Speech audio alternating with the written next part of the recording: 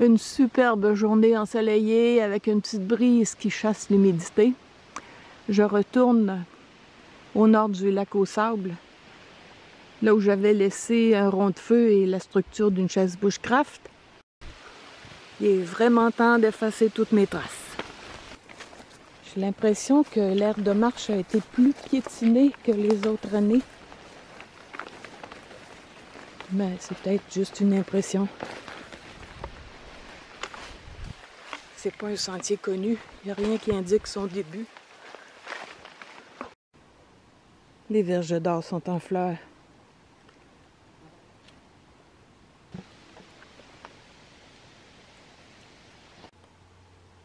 Les astères à larges feuilles sont presque fanées. Ça, c'est tous les plants stériles. Les feuilles d'aralie ont des taches jaunes et brunes. Le pigamon commence à jaunir.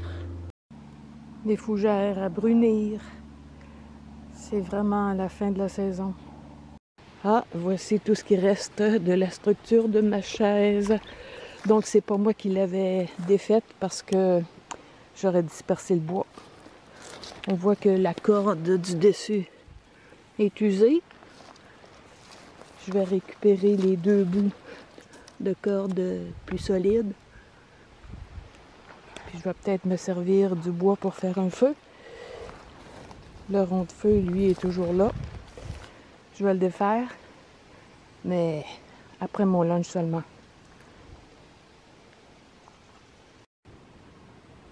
La vue est toujours aussi magnifique.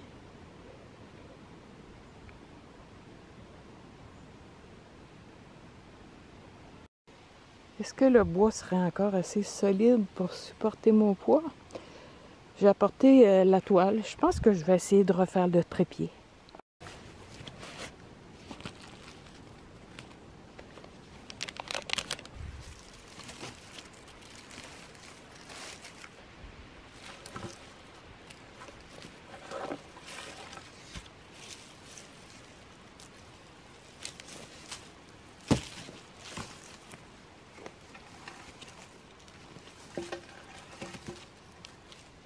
J'ai déjà une boucle, alors je ne vais pas la défaire.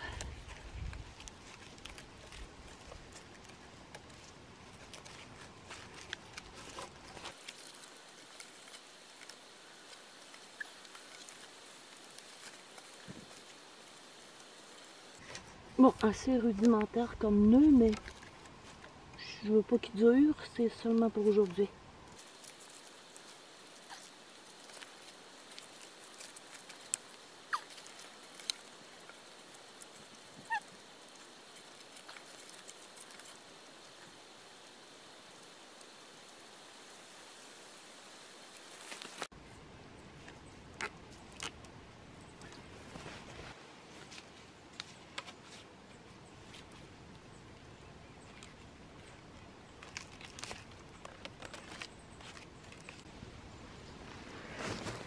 Bon, préparons-nous à la chute.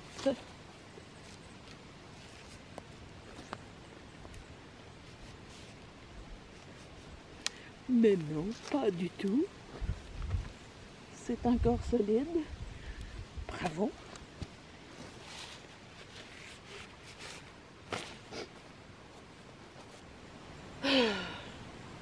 Quel bonheur. Ceux qui sortent pas, là. Vous savez pas ce que vous manquez. Nature, ça nous redonne toute l'énergie, toutes les forces qu'on peut avoir perdues. L'eau est basse, on voit beaucoup de nénuphars, puis toujours autant de myriques baumiers. Je vais aller en cueillir pour une tisane ce midi. Seulement quelques feuilles, parce que j'en ai encore chez moi, puis je trouve que les feuilles sèches ont moins de saveur. Donc celles-ci sont fraîches. La Tanaisie vulgaire, un beau jaune éclatant à la fin d'août. Des fleurs minuscules, regroupées en capitules. Une fois séchées, on peut en mettre à peine une pincée dans la soupe, le ragoût, autant dans les crêpes, les gâteaux, mais vraiment très très peu. parce qu'à plus forte dose, on peut s'intoxiquer. Et à trop forte dose, c'est même la mort. Donc moi, je ne prends pas de chance, même si on dit qu'on peut en faire des tisanes contre les vers intestinaux ou les parasites. Faites attention. Je sais qu'une dose trop forte est mortelle, mais je ne sais pas c'est quoi la dose trop forte. Ça dépend de notre état de santé, notre poids, notre corpulence, notre âge. Ici, ils ne sont pas mûrs encore. On voit qu'elles ne sont pas ouvertes. Donc, soyez prudents. Un soupçon dans la soupe. Ça goûte un petit peu la sauge. Ah oui, c'est bon aussi pour éloigner les puces et les tiques. Donc, si votre chat ou votre chien en a, bien, vous en mettez un peu son coussin. Puis les puces et les tiques vont s'éloigner parce qu'ils détestent l'odeur. Le chardon vulgaire. La plupart des fleurs sont fanées. C'est ce qu'on appelle des toques, là, qui seraient à l'origine de l'invention du velcro. Ça colle sur les vêtements, sur les cheveux. Bon, ben, ce qui nous intéresse, c'est la feuille. Une feuille vert foncé qui est pleine de fer et d'antioxydants, de vitamines, de minéraux. Le seul problème, c'est de les cueillir. Alors, ça prend des bons gants.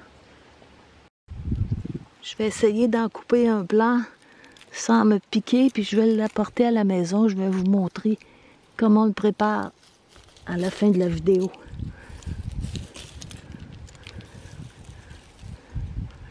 Avec ça, j'en ai assez.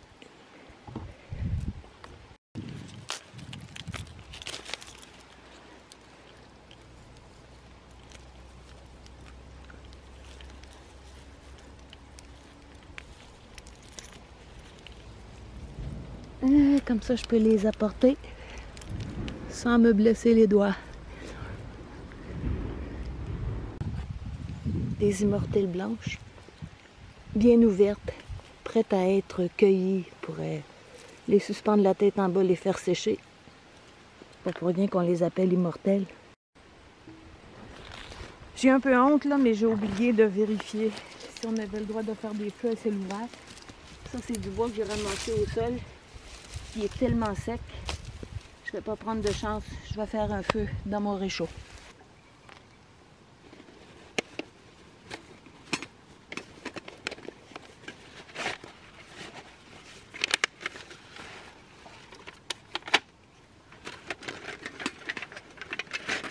J'avais suivi la suggestion de quelqu'un, je me souviens plus qui, de donner un angle aux équerres pour plus de stabilité. C'est vrai que c'était une bonne idée. Ça prend pas plus de place. Comme le rond de feu est destiné à être défait, ben j'en ai profité pour prendre des pierres et m'installer confortablement juste devant la chaise. Je viens tout juste d'entendre un animal qui a sauté en bas d'un arbre, qui a fait un pas dans la forêt, le temps de me lever, il était déjà disparu. Ah.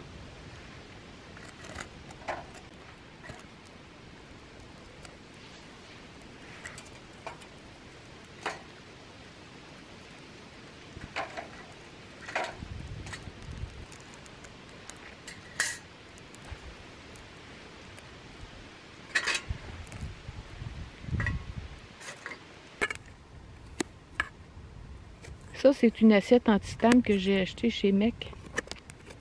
Bon, c'est bon parce que, contrairement au plastique, on peut mettre quelque chose de très chaud dedans. Mais pour le poids, là, c'est exactement la même chose. L'eau au bout. Alors, je prépare la tisane.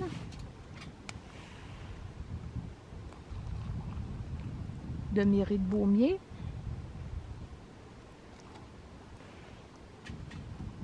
Et j'ajoute maintenant les pâtes 3 minutes. Et les champignons qui sont des strophères rouge vin. Il faut veiller à ne pas boire d'alcool les jours d'avant, les jours d'après. Les champignons vont se réhydrater pendant que les pâtes vont cuire. quelques olives Kalamata. Oups, les potes.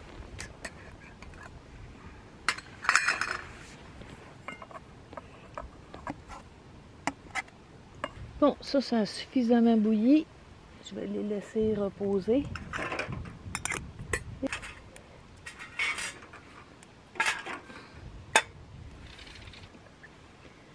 C'est du poulet mariné qui est déjà cuit. C'est un restant d'hier. Alors je vais le réchauffer avec les olives et l'ail.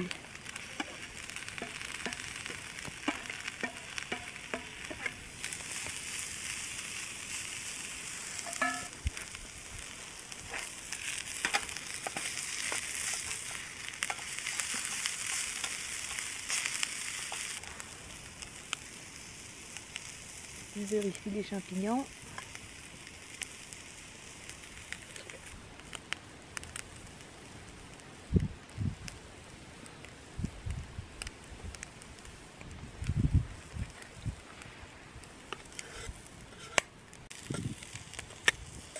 Le fumet qui se dégage de ça. Et maintenant, la touche finale. Pour faire sourire Bon Pêcheur et pour faire étriver James Kirk, j'ajoute de la crème sûre que j'avais salée et poivrée.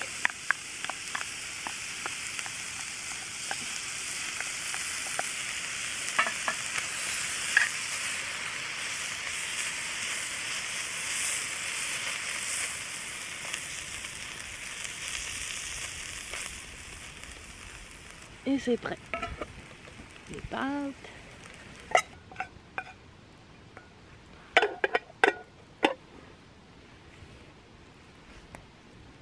Et voilà mon repas de ce midi. Bon, comme ça brûle encore, je vais ajouter de l'eau dans mes 2 chaudrons pour aider à dissoudre les saletés. Je ferai la vaisselle après avoir mangé. Le Méric-Baumier, ça donne une tisane au goût très léger, mais ça aide à digérer. C'est très bon après un repas.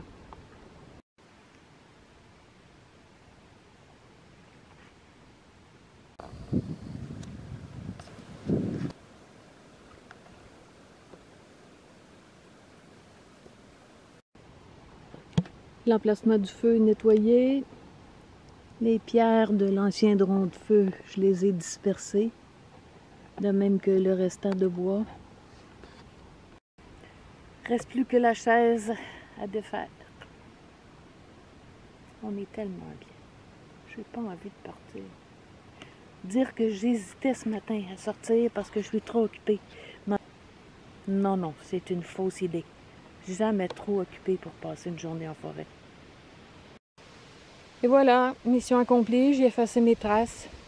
Je peux retourner à la civilisation en emportant un bouquet d'immortels à faire sécher. Oh, attendez, c'est pas fini, on retourne au chardon.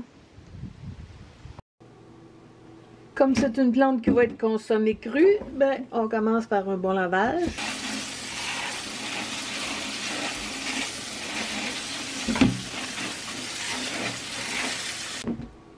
Ce type de mitaine pour four, c'est parfait pour saisir les plantes sans se piquer. Je les dépose dans le récipient de mon mélangeur en les coupant.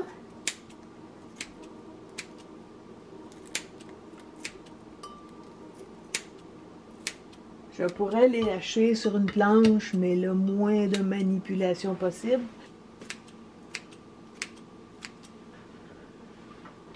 C'est les feuilles qui m'intéressent, donc les grosses tiges, là, je ne vais pas les prendre. Sans trop les tasser, j'en ai un petit peu plus qu'1 litre. Bon, j'ai ajouté à peu près 500 ml d'eau. Alors, plus je mets d'eau, moins c'est concentré. Mais au début, il vaut mieux que ça soit pas trop concentré pour s'habituer au goût. Dans le mélangeur pour réduire ça comme il faut.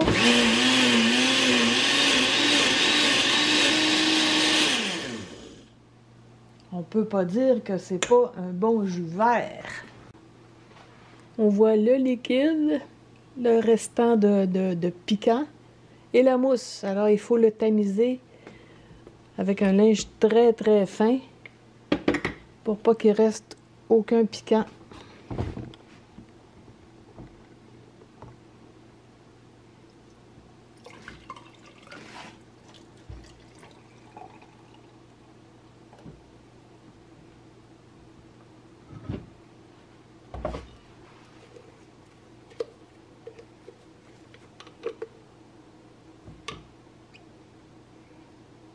Attention en soulevant le linge pour pas se piquer.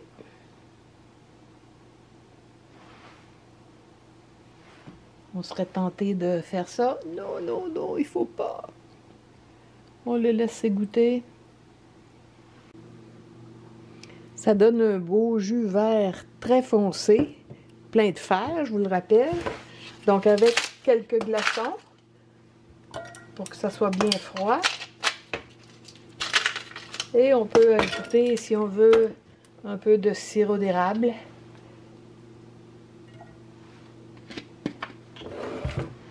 Et voilà. Là, je vais pas boire tout ça. Il y en a assez pour au moins 3 personnes là, pour se ravigoter après une journée de rando. Santé, c'est le cas de le dire.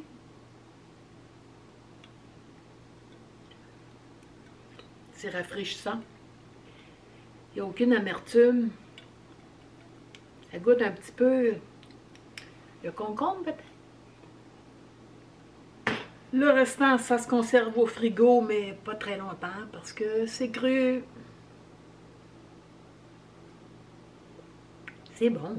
On peut ajouter des fruits, des légumes, mais tel quel, c'est frais.